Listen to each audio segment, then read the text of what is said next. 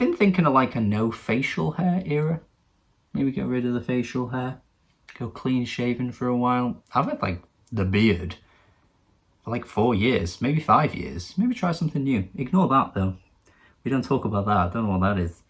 Ugh. So I've never done a video like this on the channel, and I thought, wow, why not? Why not try something like this? Maybe there's a bit of interest in it. Maybe there's absolutely no interest in it whatsoever. But I thought it would be a bit of fun to talk about what I listened to the most in 2021. I'm going to use a few different metrics, which is funny because both metrics I'm going to use seem to give me different answers. I don't know how or why, and I don't know why there could possibly be any disputes on, you know, what was listened to the most when you're using things like Last.fm and Apple Music and all that kind of shit. I don't know how they both seem to come up with different answers, but they do. I will say that I hate the whole Spotify versus Apple Music shit. I don't really care. I personally prefer to use Apple Music just because it pays artists better by quite a lot as well. It's not the best paid one when you look at the statistics.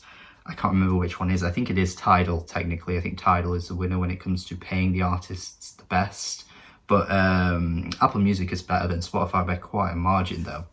But I will say that actually the Spotify Wrapped thing that they do at the end of every year, that's really cool and way better than what Apple Music do. It's actually kind of depressing how mediocre the Apple Music one is, but we are going to use it as a metric, as a guide, to see what I did play the most this year. So I apparently listened to 1,473 hours of music in the past year. Is that a lot? Is that too much? 1,400 hours?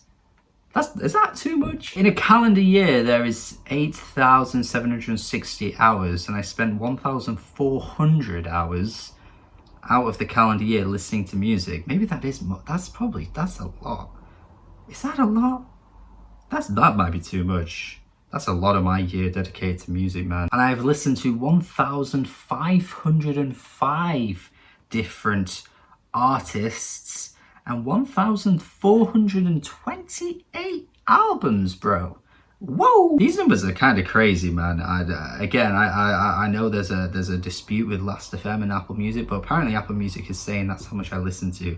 I'm pretty sure Last.fm says more than that actually as well. I'm sure the albums and the artists isn't the same. Yeah, but that's crazy. Anyway, let's look into the details of it all though. With the songs, I did say in my video that my most played song of the year was Famous Last Words, and it ended up being my song of the year. So if you haven't watched that video, I've just spoiled my song of the year. But if you haven't watched that video, then you're a dick. Why haven't you watched the video? Pretty cool to see Ditto at number 2. I definitely played that one loads. I feel like that actually could have been number 1, although the number of plays is actually pretty close. Leave the Door Open at number 3 makes sense. I did play that one a lot, especially when it initially came out. And then of course when the album finally came out, it kind of reignited my love for the songs. I kept going back to the song loads, and of course playing through the album as many times as I did. Yeah, that one makes sense. Montero at number 4 though, I do think that's a great song by Lil Nas X. But I'm pretty surprised it's as high as it is. I wouldn't have guessed it would be that high. Woman by Little Sims, definitely can see why that was in the top 5. Definitely becomes a bit more interesting now though, because at number 6 we have Running Up That Hill by Kate Bush. Again, if you've been keeping up with what I've been doing this year, you will remember that there was a worst to best for Kate Bush which dropped in August, September, October. I don't know when it was. It's on the channel, go look for it. It's a pretty unique ranking, I think, in terms of Kate Bush rankings. I don't really think many people agreed with my pick, so it might be an interesting video to go look at. 7, Assumptions by Sam Gellatry. Kind of think this one should be higher, but again, Apple Music, man, I think they're smoking some shit. I think they don't get the accuracies with these, honestly. Charmander at number 8 though, Cloudbusting again, Kate Bush number 9. Head Over Heels by Tears for Fears, that's a pretty impressive one to see in the top 10. I do love that song, but I can't believe it's my 10th most played song of the year. Like, I would never have guessed that. Just to round off the top 20 though, I'll have the picture on the screen. I won't talk about every track. But yeah, Fool's Gold, pretty obvious to see that one there. Surprised there aren't more Aries tracks though in the top 20 overall, just given how much I do love that album. Dancing Away in Tears, a few tracks from the Silk Sonic album.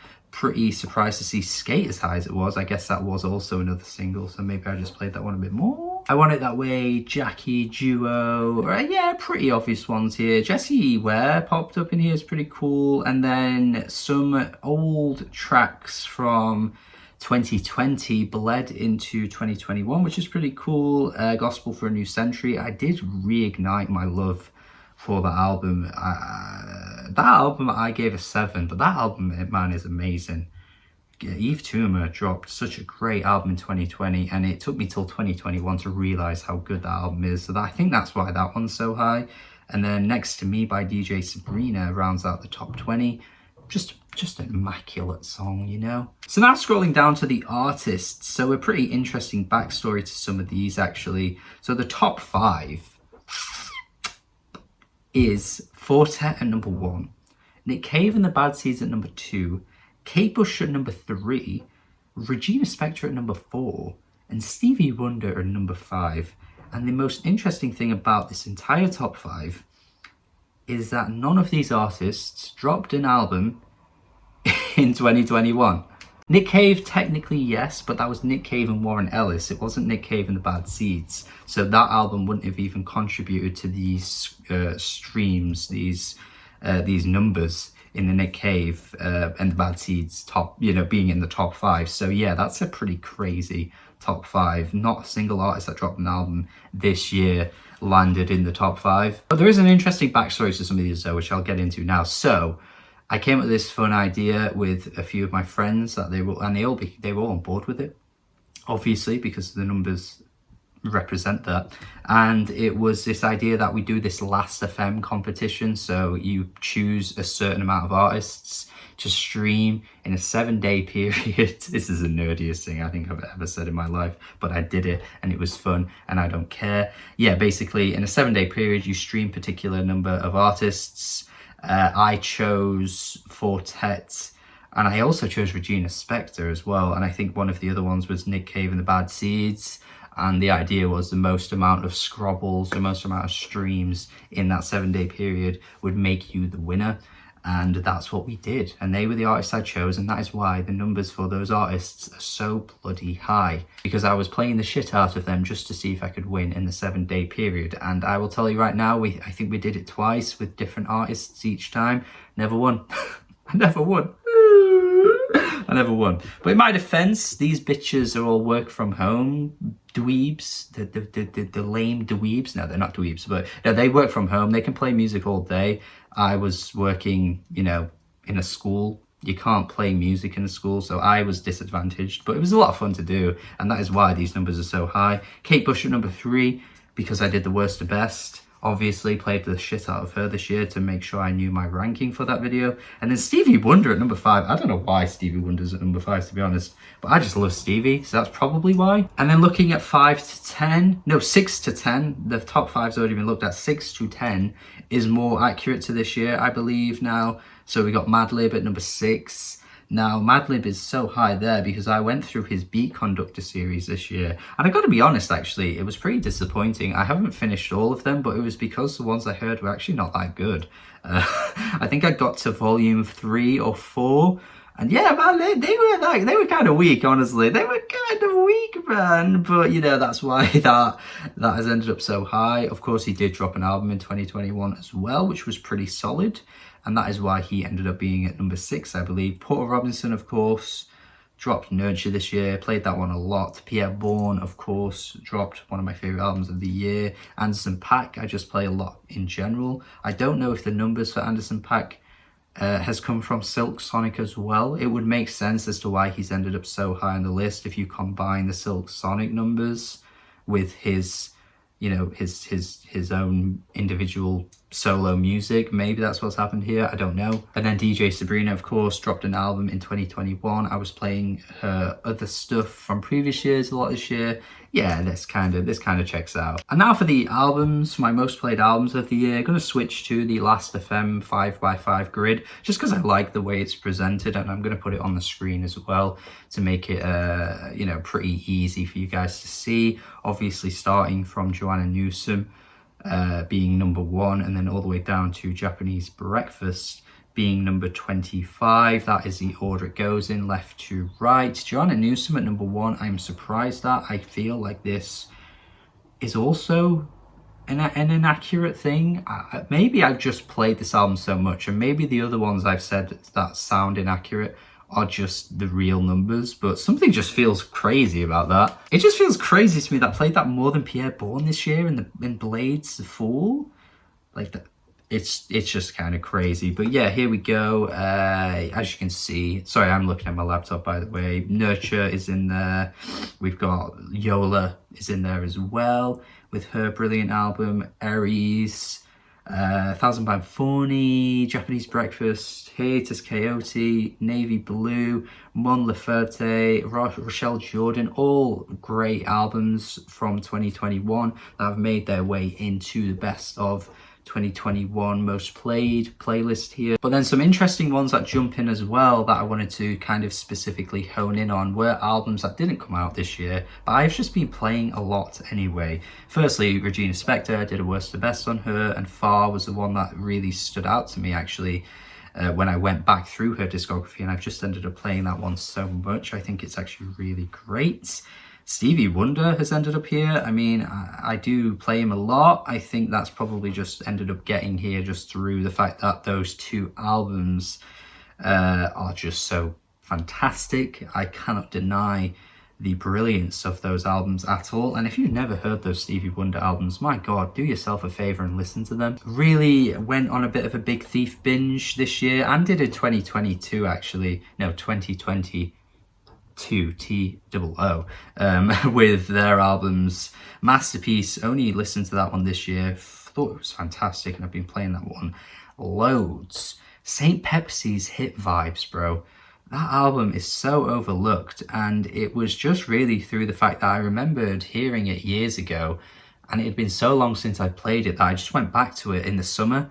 And holy shit, that album is a summer jam. George Harrison's in here too, pretty cool to see. All Things Must Pass, pretty high up actually.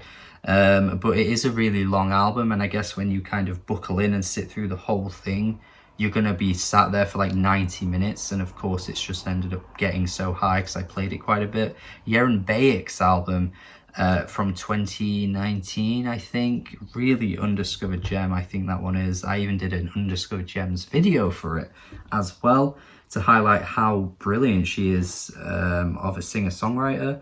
Eve Toomer, like I said, really reignited my love for it this year, became an even bigger fan than I already was, so I've played that loads. It kind of like got a bit of a delayed listening experience from me because I liked it in 2020, but loved it this year when I went back to it, and I've just played it loads. An absolute modern classical wonder gem, honestly, from Yo-Yo Ma and Ennio Morricone.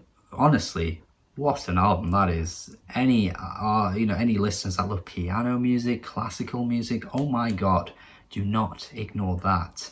And then Freddie Gibbs and Madlib. Maybe the fact that Madlib is on this also boosted the hours played for Madlib as an artist on Apple Music. Maybe they counted that as being Madlib. Maybe. I don't know how Apple Music does this, but yeah. Always liked this album, but this year I realised actually Freddie Gibbs on that album is a god.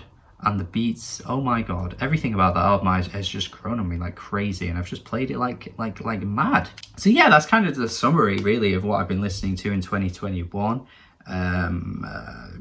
That's kind of everything I can really say, to be fair. There's lots of interesting albums that have been discussed in this video, and maybe even some new albums that you didn't even know about. So I thought it was worthwhile talking about what I've listened to the most in the last year, and I'll probably do this again at the end of this year. Maybe even do it like at a midway point too, kind of like looking through what I've played in the last 6 months. Maybe I could do that in July. We'll see.